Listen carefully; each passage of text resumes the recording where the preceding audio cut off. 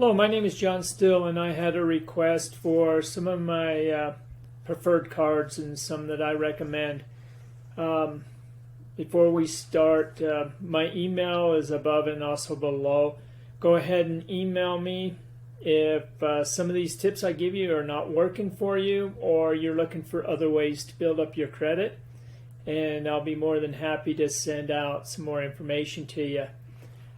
So personally, the cards that I use the most is the Barclay, the Chase, Freedom, Choice, Capital One, the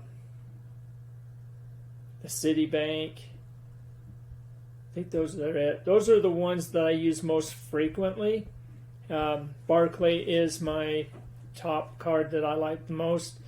But if you're having problems getting a credit card because you don't have the credit history, because you don't have a card to build it, then what you need to do is you need to go with a secured card. The way the secured card works is you put $200 to $300 down in an account. The bank will give you a secured card, and after about a year it converts over to a regular Visa. Make sure that the time that you had will carry over onto the new card and they don't start it over brand new. I believe that the Discover secured card right now is one of the better cards to get. This card will give you 2% cash back at restaurants and on gas, and 1% on everything else. They also help you track your credit, and you can check your FICO score. Go ahead and email me and I can show you some more apps and tools to use where you can check your credit score anytime and as often as you'd like, without any fees or having to pay anything. So the Discover card is probably one of the first for the secured cards. I also have a couple others that I can recommend to you. The next card is probably the Pedal One Visa, and this card, they go off of bank history and not your credit. And they give 2 to 10% cash back. And another card that doesn't go off your credit is probably the X1 Visa, and this, they go off of your income and not your credit. So these three cards are the three that I would probably recommend. They're some of the better cards to help get started on building your credit. After about 5 or 6 months, once you start obtaining some credit, I'd probably go with the Apple Card. The Apple Card, you'll need about a 600 score to apply and qualify. And this card gives you 2% cash back and 3% on all the Apple products that you purchase.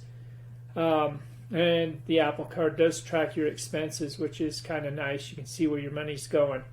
The next card is probably the Bank of America card. This one you'll need a little bit of credit, but this card will give you a $200 bonus back for the first $1,000 you spend after 90 days of opening it. And they give you 1 to 3% cash back and 0 interest for the first year. Like I said before, on the Chase Freedom, there's a Chase Freedom Flex.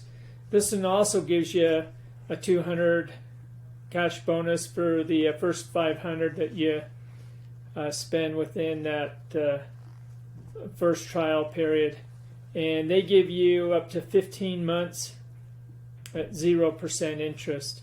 So that Chase Freedom Flex is a decent card. So these are some of the top cards that I would recommend.